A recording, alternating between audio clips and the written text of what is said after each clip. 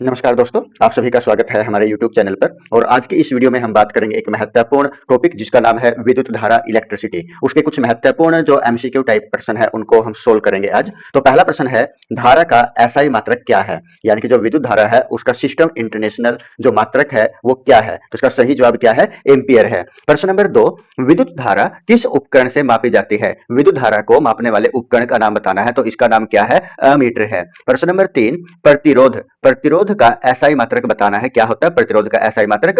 ओम होता है।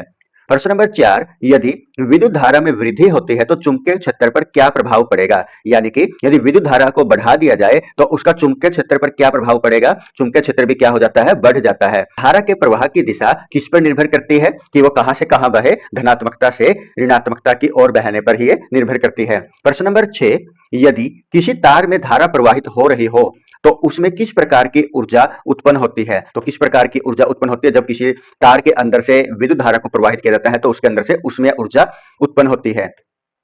कौन सा उपकरण परिपथ में वोल्टेज को मापता है? परिपथ में वोल्टेज मापने वाले उपकरण का नाम बताना है, तो उसको हम क्या बोलते हैं? वोल्ट मीटर बोलते हैं। प्रश्न नंबर 8, ओम के नियम की समीकरण हमने बतानी है, तो क्या होता है? V is equal to I R के बराबर होता है ओम के नियम के लिए समीकरण।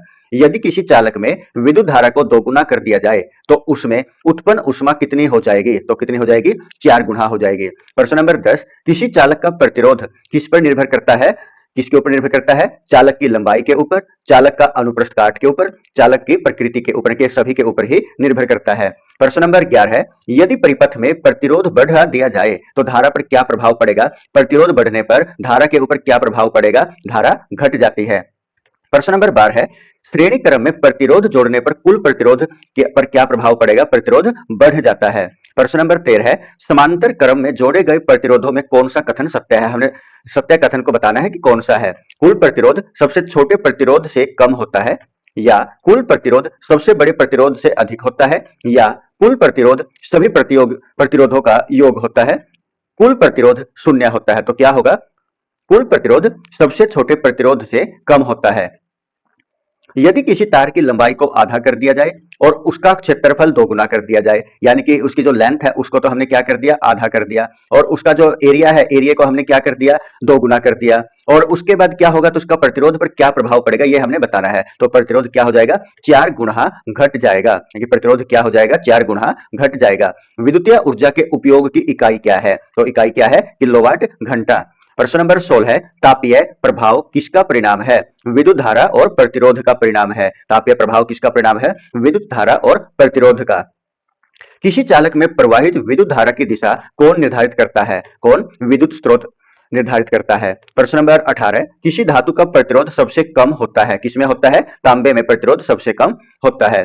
प्रश्न नंबर 19, विद्युत धारा का परिपथ में सही प्रवाह सुनिश्चित करने के लिए कौन सा उपकरण प्रयोग किया जाता है? यानी कि विद्युत परिपथ के अंदर हमने उस पथ का सही प्रवाह सुनिश्चित करने के लिए कौन सा उपकरण प्रयोग करना पड़ेगा? स्विच का हमें प्रयोग करना पड़ेगा। प्रश्न नंबर 20, यदि किसी चालक की लंबाई दोगुनी कर दी जाए तो प्रतिरोध पर क्या प्रभाव पड़ेगा? प्रतिरोध भी दोगुना हो जाएगा। प्रश्न नंबर 21, यदि किसी परिपथ में कुल प्रतिरोध शून्य हो जाए तो क्या होगा? यानी किसी परिपथ के अंदर यदि प्रतिरोध कितना हो जाए? शून्य हो जाए तो क्या प्रभाव पड़ेगा? धारा अनंत हो जाएगी। धारा क्या हो जाएगी? अनंत। किसी चालक की तापमान बढ़ाने पर उसका प्रतिरोध क्या होगा? यदि किसी चालक का तापमान को बढ़ा दिया जाए तो उसके प्रतिरोध के ऊपर क्या प्रभाव पड़ेगा? प्रतिरोध भी क्या हो जाएगा? बढ़ जाएगा। 23, किसी तार का प्रतिरोध किस पर निर्भर करता है? कोई भी तार है तो उसका प्रतिरोध किसके ऊपर निर्भर करेगा? उसकी लंबाई के ऊपर, उसके क्रॉस सेक्शन क्षेत्रफल के ऊपर, उसके सामग्री के ऊपर। तो इसका उत्तर क्या आएगा? उपरोक्त सभी के ऊपर ये निर्भर करेगा। उसकी लंबाई के ऊपर भी, उसके क्रॉस सेक्शनल क्षेत्रफल पर भी, और वो किस चीज का बना हुआ है उसके ऊपर भी। इलेक्ट्रॉन किस दिशा में गति करते हैं? इलेक्ट्रॉन कहां से कहां? नेगेटिव से वो पॉजिटिव की ओर गति करते हैं। अगला प्रश्न है, यदि किसी तार में विद्युत धारा प्रवाहित हो रही हो तो उसके चारों ओर कौन सा क्षेत्र उत्पन्न होगा? तो कौन सा क्षेत्र उत्पन्न होगा? चुंबकीय क्षेत्र उत्पन्न होगा।